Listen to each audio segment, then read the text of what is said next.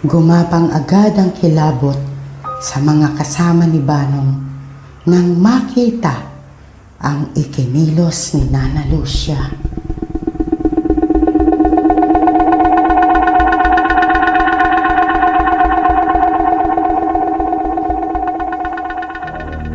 Banong, anong gagawin natin?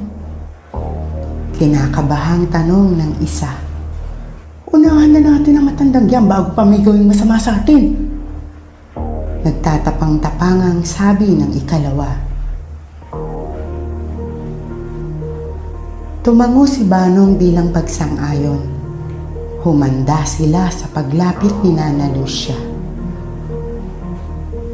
Sinenyasan niya ang dalawang kasama. Ang isa ay pupwesto sa gawing kanan, habang ang isa pa ay sa gawing kaliwa naman.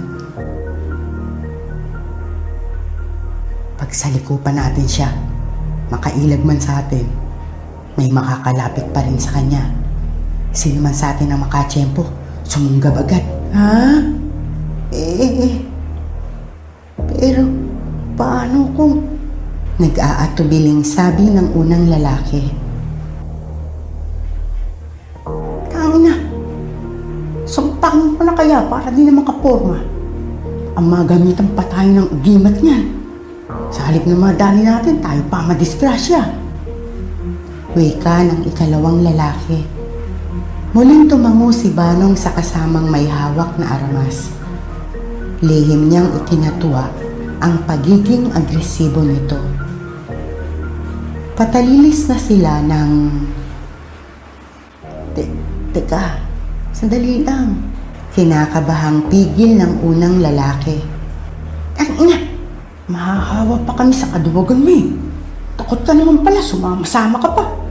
Dapat natulog ka na lang sa Nana Lucia.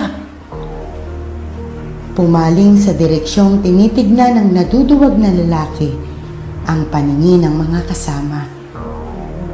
Si Nana Lucia. Nakatalikod na sa kanila at naglalakad pabalik sa kubo. Huminto na rin ito sa ginagawang paghampas sa lupa ng kawayang siit at saka pumasok sa loob. Umingit ang pintong dahan-dahang sumasara. Nakipagpaligsahan sa malamig na hangin, umuugong sa pandinig. Pagkaraay, naghari na ang katahimikan sa buong paligid. Maliban sa mahinang paghuni ng mga kulisap at insektong naninirahan sa mga dahong hinihipa ng hangin. Napasalampak sa lupa ang naduduwag na lalaking kasama ni Banong. Humihimas pa sa dibdib habang ang isang kamay ay ginagamit pamunas sa noong butil-butil ang pawis. Nagbuka ito ng hangin. Kung maliwanag lang, mapupuna ang tumakas na kulay sa namumutla nitong mukha. Napangisi naman ang lalaking malakas ang loob at saka buong angas na nagsalita. Akala niya uubra siya sa sumpa ko, ha? Tangina, marami na tong itinumpa. Hindi na natin alam kung ano ang tumatakbo sa utak ng matandang yan. Hindi tayo pwedeng pumetiks-petiks lang sa pagbabantay. Papalipas lang yan at nakikiramdam. Kapag nakahanap yan ng tiyempo, tatalilis yan. Kailangan natin siyang matyagang mabuti. Kapag nakalabas siya, siguradong may isa na namang batang mabibiktima. At ang masakit, baka anak naman natin ang madali niya. Naalarma ang unang lalaki sa sinabing iyon ni Banong. Ang kaligtasan ng sariling pamilya ang sumagi sa isip. Ang lakas ng loob ay muling bumalik. Patango-tango naman ang ikalawang lalaking ang katapangan ay hinihiram lang sa hawak na sumpa. Talasan niyo pakiramdam. May hinala akong lalabas siya sa kubong niyan kapag nawala ng liyab ang siga. Oo, Banong. Halos magkasabay na sagot ng dalawa. Gaya ng napagkasunduan, nagmatsyag ang tatlo sa bahaging iyon ng daang kalabaw. Nanatiling gising sa kabila ng nararamdamang lamig at pagkagat ng mga lamok bukid. Nasimot ang kinanaw na kapeng laman ng termos nilang dala. Ang filter ng mga sigarilyong pinampawi sa antok, kinaw, ngalay at pambugaw sa maliliit na insektong nagliliparan ay natipon sa pinupestuhan nila. Naigtad sila ng marinig ang unang tilaok ng tandang. Hindi nila akalaing nakalipas na ang magdamag. Umaga na pala. Bulalas ni Banong, sabay tingala sa langit na madilim pa rin. Nang maghikab ang isa, naghikab na rin ang dalawa. Inuunat na nila ang sarili nang marinig ang pagbukas ng bintana ng kubo. Nagahol sila sa pagyuko ng ilang sandali pa'y umingit na rin ang pintong dahan-dahang nabubuksan. Mula sa pinagkukublihan, natatanaw nila ang paglabas ng matandang babaeng may dalang kasera. Lumapit ito sa nakatulos na kawayang gabaywang ang taas at isinabit doon ang tangan. Pagkaraay, muling pumasok sa loob ng kubo. Hindi nagtagal nang muli itong lumabas. 2 tasa ang dala. Natitiyak nilang mainit ang laman dahil sa usok na nililipad ng hangin paitaas. Napigil nila ang paghinga nang pumihit ang matanda at maglakad patungo sa punong bayabas. Tumigil ito sa daang putol at ipinatong doon ang isang tasa. Pagkaraay na upo. Habang hinihigop ang laman ng hawak, sumusulyap ito sa balong natatakpan. Kung tititigang maigi, bumubuka ang bibig nito na waring may sinasabi, may kinakausap.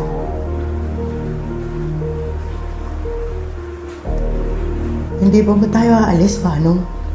Pagkalat ng liwanag, tiyak na makikita na tayo ni Nana Lucia paglabas natin dito. Kung mahuhuli niyang may naniniktik sa kanya, magiging maingat yan. Maaabutan na tayo ng bagong taon, wala pa tayong nakukuhang impormasyon kung nasaan, kung anong nangyari kay Patrick. Sabi ng ikalawang lalaki. Oo nga, Banong. Saka tingnan mo, mukhang magsisiga na naman siya. Kakalat ang liwanag dito. Mas mabuti siguro kung umuwi na tayo. Siguro naman di na siya lalabas dito sa daang kalabaw. Marami nang makakakita sa kanya, di ba? Sandaling nag-isip si Banong at saka sumang-ayon sa sinabi ng isa pa niyang kasama. Payuko na silang naglakad palabas sa daang kalabaw. 3 gabi pa ang lumipas. Naghalinhinan sa pagmamatsyag ang mga lalaking kamag-anak ng batang nawawala. Maliban kay Banong na parating kasama. Nag-aabot naman ng kaunting halaga ang mga ito bilang konswelo. At sa mga panahong nakabantay ang grupo, walang Nana Luciang lumabas sa daang kalabaw at wala ring batang nawala. Baka naman wala talagang kinalaman si Nana Lucia sa pagkawala ni Patrick. Maaaring nambabato nga siya at ayaw magpadaan sa daang putol pero hindi kagaya ng mga sinasabi niyo. Kawawa naman yung matanda. Nananahimik sa kubo niya tapos napapagpintangan pa ng di maganda. Uugod-ugod lang at di makapaglinis ng sarili, mangkukulam na. Di lang nakakapagsuklay, aswang na. Grabe naman kayo sa kanya. Sabi ng dalagitang nakisahog sa usapan ng mga nakatatanda. Kayo man ang biglang mamatayan ng nag-iisang kasama sa buhay, mabubuwang din kayo. Tsaka, karapatan naman ni Nana Lucia kung ayaw niya magpapasok sa bakuran niya. Bakit? Sa mga bakuran niyo ba papayag kayong may kung sino-sinong papasok at makikiraan? Masyado naman kayong judgmental. Tatanda rin kayo, no? Baka nga mainit na tubig pa ang ipambuhos nyo sa amin kapag pumasok kami sa lugar nyo. Dugtong ng kasama nito. Nagkaroon na ng pagtatalo sa umpukang iyon. May ilang nangangatwiran para sa matanda, habang ang karamihan naman ay kumukondena. Sa kabila ng mga narinig, determinado pa rin si Banong sa gustong mangyari. Kasama ang dalawa pa, palihim silang pumasok sa daang kalabaw. May dala akong stainless, Banong. Papainit lang. Masyado nang malamig dito eh. Baka pulmonya ang makadali sa atin. Shot-shot lang para di nakakainip. Aya ng lalaking nakasama ni Banong ng unang gabing magbantay. Inilagay nito sa loob ng bayong ang sumpak at saka sinimula ng pagtagay. Mabuti na lang pala at ako ang sumama ngayong gabi at hindi si Dino. May libreng toma pala ngayon. Urong ang bayad ng isang yun. Mahilig magkape kaya masyadong nervyoso. Natawa rin si Banong sa birong iyon ng kasama. Matapos abutin ang baso, agad niyang nilagok ang alak. Ang isang 4 kantos ay hindi naging sapat nang humalo na sa kanilang ugat ang likidong nagpapainit sa kanilang pakiramdam. Don't worry, may dala akong reseba para walang bitin. Ayos ah. Biro ni Banong nang ilabas nito ang isa pa. Muli nila iyong naubos hanggang sa hindi na namalaya ng paglipas ng mga oras. Tangina! Pagmumura ni Banong, nagising siya sa malalaking patak ng ulan. Naalimpungatan rin ang dalawa niyang kasama at mabilis na bumangon mula sa pagkakahiga. Nagsitayo sila at nagtatakbo patungo sa punong pwedeng masilungan. Hindi pa man nakakarating, bumuhos na ang ulan, kaya napilitan silang tumakbo palabas sa daang kalabaw. Hindi pa sila nangangalahati nang masalubong ang ilang kapitbahay. Ano? Gilalas ni Banong. Nawawala si Bumbum, yung anak ni Biyuda. Nilingon ni Banong at ng dalawang kasama ang kinatitirikan ng kubo ni Nana Lucia. Pagkaraay, nagkatinginan. Si Nana Lucia! Siya ang kumuha sa anak ko! Umiiyak na sabi ng ina ng batang nawawala. Natigilan si Banong, ganun din ang dalawa niyang kasama. Ang natitirang espiritu ng alak ay tuluyang nawala at napalitan ng pag-aalala sa gawaing napabayaan. Lumabas pa si Nana Lucia? Umalis ba siya sa kubo niya? Nakita niyo ba siyang may kasamang bata? Ikinagulat ng kasama ni Banong ang tanong na iyon. Ha? Hindi namin siya nakitang lumabas. Pero may nakita kaming malaking aso. Agap ni Banong sa sasabihin sana nito. Mabilis niya itong siniko at saka pasimpleng tinison ang paa ng isa pa. Naintindihan ng mga ito ang ibig niyang sabihin. Upang mapagtakpan ang kapabayaan, dinugtungan na ng mga ito ang kasinungalingang nasimulan. Kulay itim yung asong nakita namin at kakaiba ang laki, sabi ng isa. Hindi naman nagpahuli ang isa pa. Nagbantay kaming maigi. Hindi namin siya nakitang lumabas sa kubo pero yung malaking aso, nakita namin. Halimaw! Halimaw ang matandang yan! Kailangan mamatay ang aswang bago pa maubos ang mga anak natin! Sigaw ng isa sa magkakapitbahay na sinunda ng iba pang kasama. Patayin ang aswang! Patayin! Patayin! Ano siya? Nagtakbuhan pabalik sa kani-kanilang tirahan ng magkakapitbahay. At nang bumalik, may kanya-kanya ng hawak na pamalo at patalim. Ang buhos ng ulan ay hindi na nila pinansin. Sama-sama nilang binagtas ang bukid. Ilan sa mga humabol ay nagdala ng krudo at panindi. Susunugin nila ang matandang nakatira sa daang kalabaw. Ang matandang bumiktima sa mga batang anak ng kapitbahay nila at bibiktima pa sa kanilang mga anak. Pinaligiran nila ang kubo ni Nana Lucia. Sinisigurong walang malulusutan ang pobreng matanda. Mga kasama! Patayin niyo ang kahit anong hayop na makita niyong lumabas sa kubong ito! Sigaw ni Banong. Animo isang katipunerong ang hawak na itak ay nakaangat pa sa ere.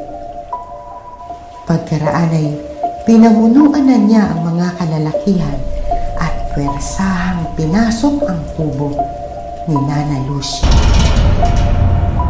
Lumagabog ang dingding at pintong nawasak. Wala ka nang lulusutan, matandang aswang! Anito, pagkakita kay Nana Lucia. Dahil sa dami ng kanilang bilang, lumakas na rin ang loob ng iba pa.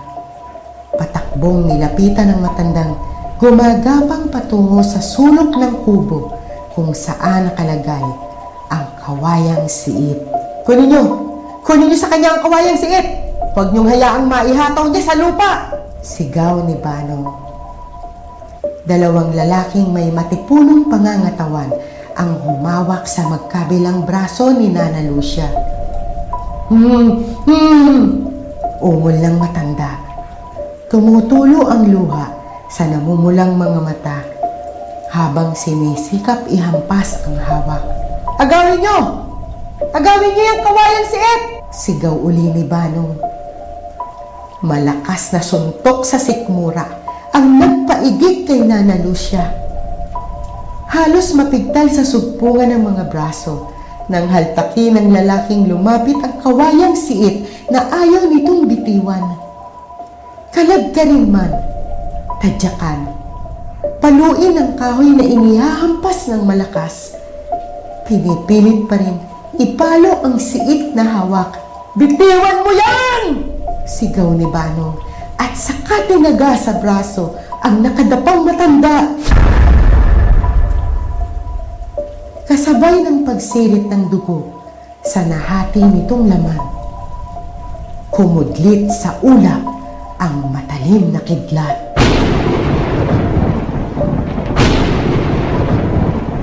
Kasabay ng nakapangingilabot na ungol na tila nagmumula sa ilalim ng kung saan.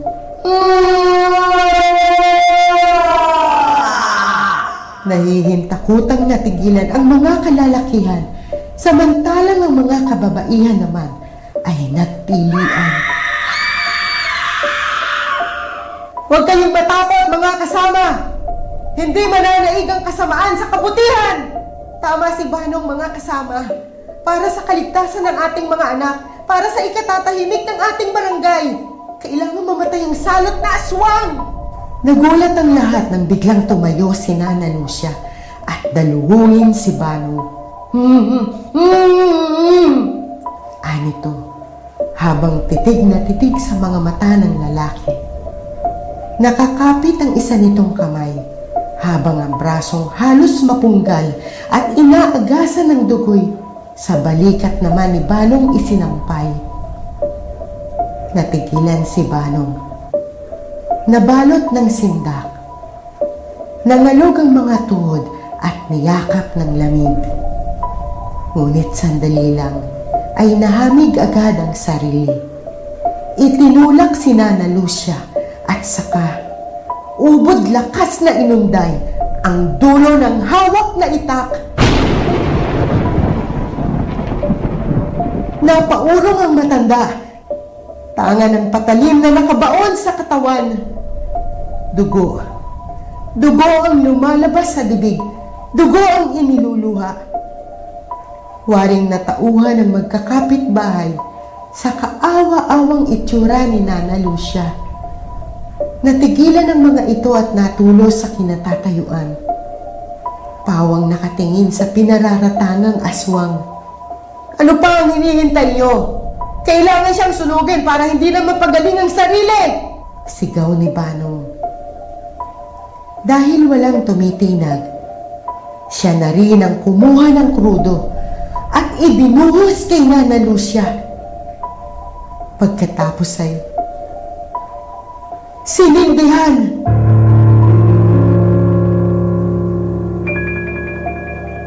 Kumikisay ang katawan ng matanda. Paos ang pagdiling lumalabas sa lalamunan. Hindi pa kontento si Banong. Upang makasiguro, ang natirang krudo ay ikinalat pa sa lagayan ng mga damit, sa kawayang sahig, at sa lansa ng mga kahoy sa kakalanan. Magsilabas na kayo, mga kasama! Anito, saka sinindihan ng mga iyon.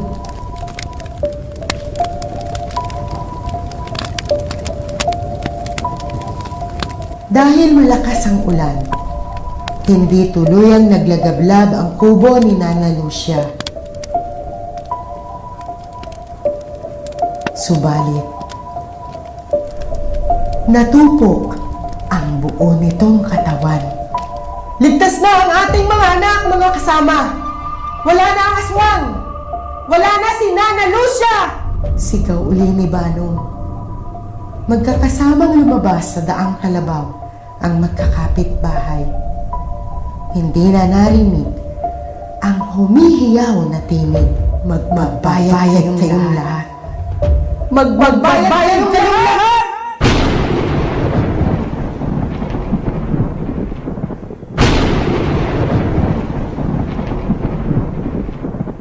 Galit na galit ang punong barangay nang makarating sa kaalaman ang karahasang ginawa ng mga kabarangay na nasasakupan.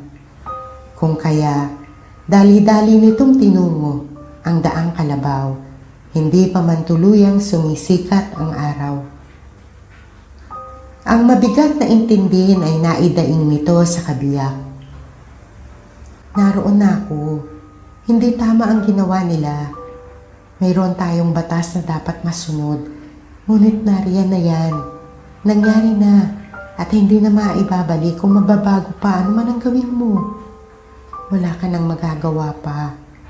Malalagay lang sa malaking eskandalo ang barangay natin at ikaw din ang mahihirapan at masasaktan. May mabigat silang dahilan kung bakit at hindi mo sila masisisi. 2 bata ang nawalang parang bula. Natural lang sa mga magulang at pamilya nila ang magalit at kumanti. Ganon din naman ang pakiramdam ng mga magulang na may maliliit pang anak. Ako man ay hindi mangingiming pumatay. Mailigtas ko lang ang mga anak natin sa kapahamakan. Ang kamatayan ni Nana Lucia ang makakaalis sa takot at pangambang nararamdaman nila. At iyon ang inakala nilang tamang paraan. Marami ang nagpapatunay na isa siyang aswang. Hindi lang isa. Marami ang nakakita na magpalit siya ng anyo at maging napakalaking asong itim. Pero parang imposible ang mga sinabi nila. Sa panahon ngayon, hindi nga kapanipaniwala. Iyan din ang naisip ko, pero paano kung totoo? Ipakikipagsapalaran mo pa ba yun? Paano kung may mawala na naman? Paano mo mapapahinaw ng mga magulang nila ang kanilang buong pamilya? Isa lang si Nana Lucia kung ikukumpara sa mga taong maaaring mapahamak. Bigyan na lang natin siya ng isang simple ngunit maayos na libing sa tabi ng apo niya. Napabuntong hininga na lang ang kapitan at saka marahang tumango sa sinabing iyon ng kabiyak. Dahil walang kapamilyang nagsampa ng reklamo, ang nangyari sa daang kalabaw sa matandang pipi ay nagmistulang alipatong tinangay ng hangin. Halos pumalakpak ang tainga ni Banong dahil sa tuwa. Pwede ko nang pauwiin si Mingkoy. Hindi na makakalikal pa ang nangyari. Ang nagawa naming mag-ama. Wala si Nana Lucia. Mapapanatag na loob ko. Matatahimik na rin si Chaprosing. Mababaon na sa limot ang mga nangyari. Tama lang. Tama lang na ganito ang nangyari. Sabi nito sa sarili. At nailibing si Nana Lucia.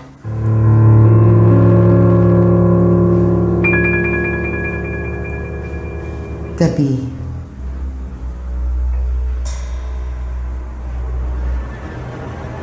Naglalakad pabalik sa outpost ang rumorondang mga tanod.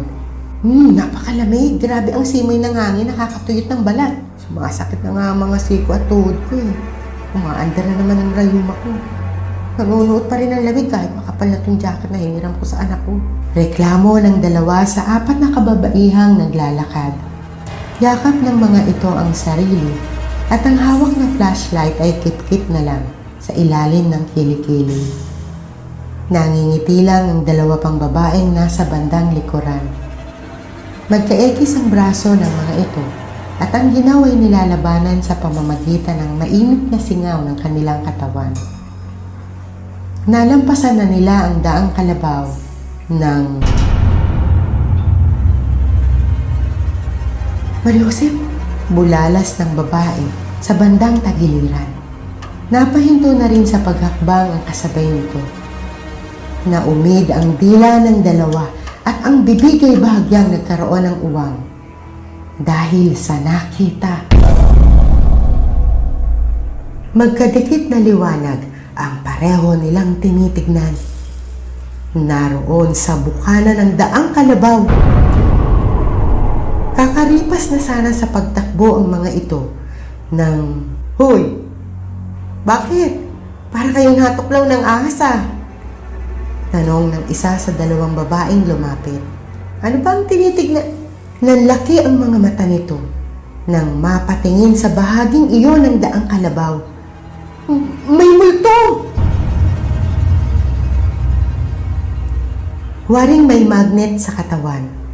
Nagkadikit-dikit ang mga ito upang patibayin ang tuhod ng isa't isa sa mabuhay na pagkakatayo. Lumunok ang isa upang basain ang nanunuyong lalamunan. Inihahanda nito ang sarili sa binabalak na pagtili upang kunin ang atensyon ng mga kasamang tanod na nakalikuna sa kabilang kalye. Teka lang, kandila ba yun? Tanong ng isa at saka tinapatan ng flashlight ang liwanag na nagsasayaw sa dilim. Kandila nga!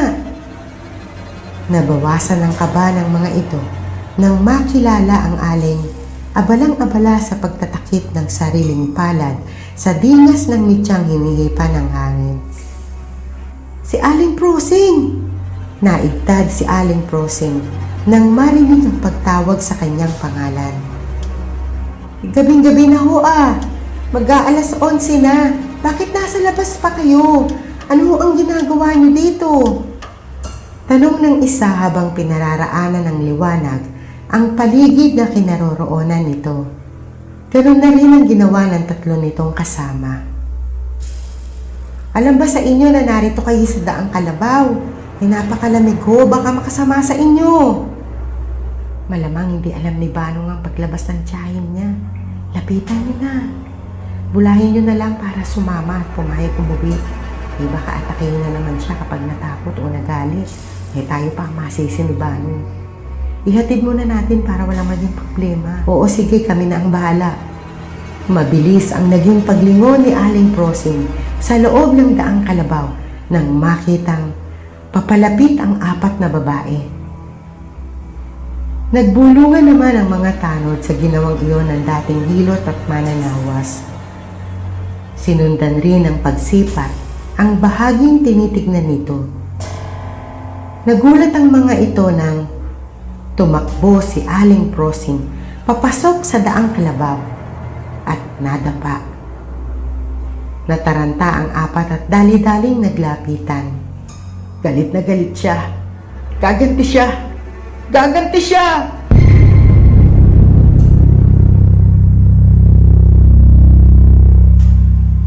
Ho? Sino mo ba ang tinutukoy niyo, Aling Prosing? Maghihintay ako sa kanya. Pakikiusapan ko siya para hindi niya kunin si Minggoy. Nakiayon ng tanod na nakahawak sa braso ni Aling Prosing. Sige ho. Makikiusap din kaming huwag niyang kunin ang apo niyo. Nito matapos senyasan ng 3 kasama. Oo nga ho, Aling Prosing. Sasamahan ho namin kayo pero sa ngayon ho, umuwi muna tayo sa inyo para makapagsuot kayo ng jacket. Tapos babalik po tayo dito. Panay pa rin ang iling ni Aling Prosing nang maitayo at akayin pa uwi. Nakalingon pa rin sa daang kalabaw at bulong ng bulong.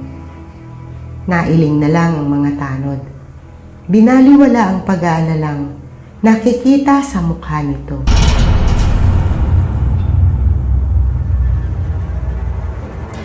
Tiyang naman, ano na naman ba to? Napipikang tanong ni Banong. Nakapamiwang ang isa nitong kamay habang ang kabila ay inihihilamos sa mukha. Masamang tingin ang ipinukol ni Aling Prosing sa pamangking bagong gising bago nagpatianod sa manugang na umaakay papasok sa loob ng bahay. Nakasimangot pa rin si Banong nang magpasalamat sa mga kapwa tanod. Tumanggi naman ang mga ito sa paanyanyang magkape muna. Habang pabalik sa outpost, isa sa mga babaeng tanod ang bumulong sa katabi. Kinakabahan ako. Bakit? Kanina kasi.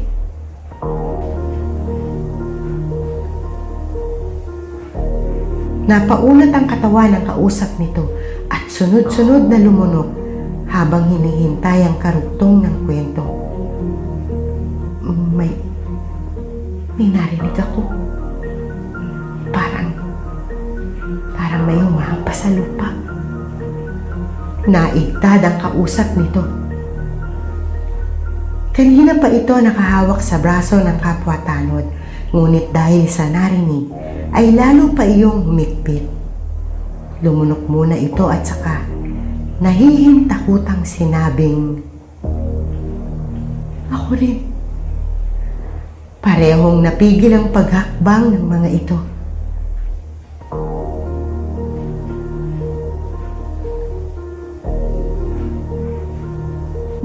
Narinig mo rin? Oo.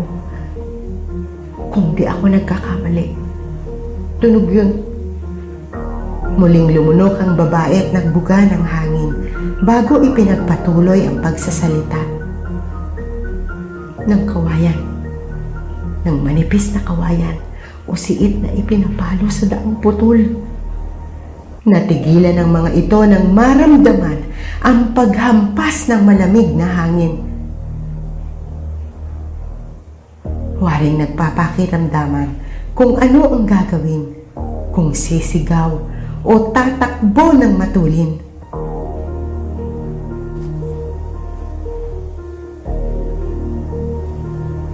Hoy!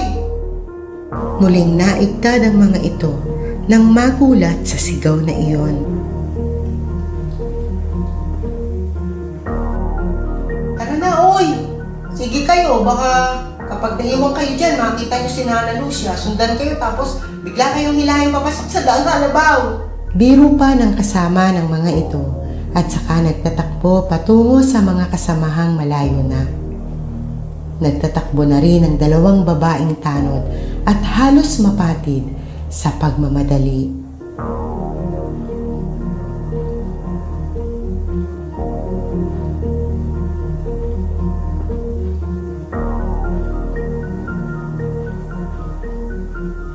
Lumipas pa ang ilang araw at gabi. We wish you a Merry Christmas. We wish you a Merry Christmas. Buhay na ang diwa ng Kapaskuhan sa buong barangay. Ano pangat ang takot sa madilim at malamig na bukid ay unti-unti nang nakalimutan. Ang malamyos na himig ng awiting pamasko. Ganon din ang nakaiindak na tunog ay pumapailan lang sa anumang dako. At ang naganap sa loob ng daang kalabaw ay dagling nakalimutan at naglaho.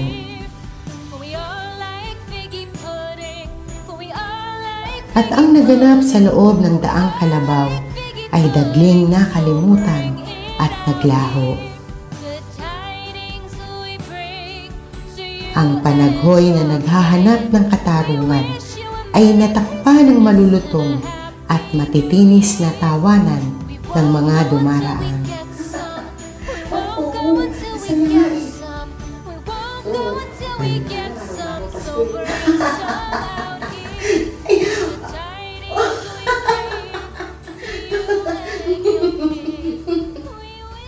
A 23 ng Disyembre. Alas 3 pa lang ng hapon ay abala na ang mga kawani ng barangay. May gayak na ang covered court. Sa mahabang mesa ay nakalagay ang nagkagandahang laruan at mga pagkain. Nakapaikot sa gitna ang mga upuan at tumadagundong ang masiglang tunog. Nakaupo na ang mga batang taga-barangay at magki-Christmas party. Umugong ang malakas na palakpakan at sigawan ng mga ito nang pumasok ang mascot ng sikat na food chain. Masaya rin ang mga magulang ng mga ito habang pinanonood ang kani-kanyang anak na nakikilahok sa iba't ibang palaro.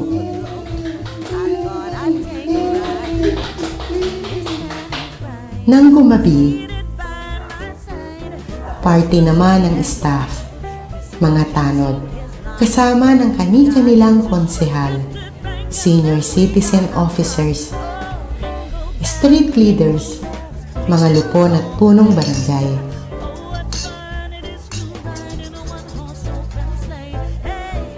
Mga lupon at ang punong barangay. Ang lahat ay nakisaya sa dalawang mahusay na komedyanteng nagsilbing host ng programa.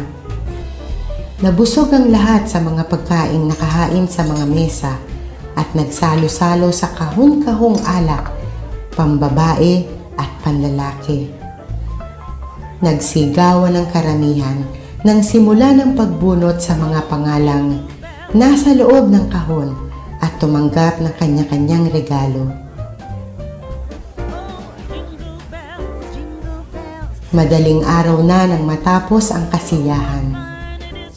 Napuyat man at napagod, ang lahat ay nakangiti.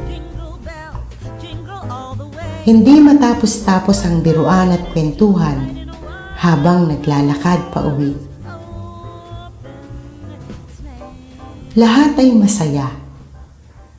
Maliban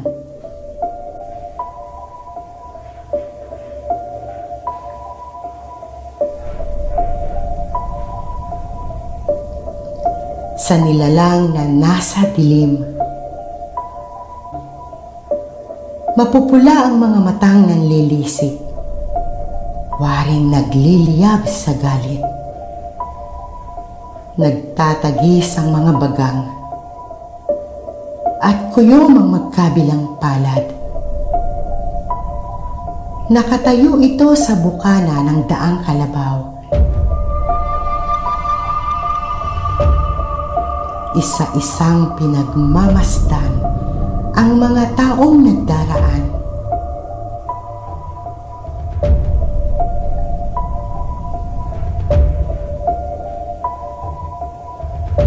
Mga taong may malaking pagkakautang.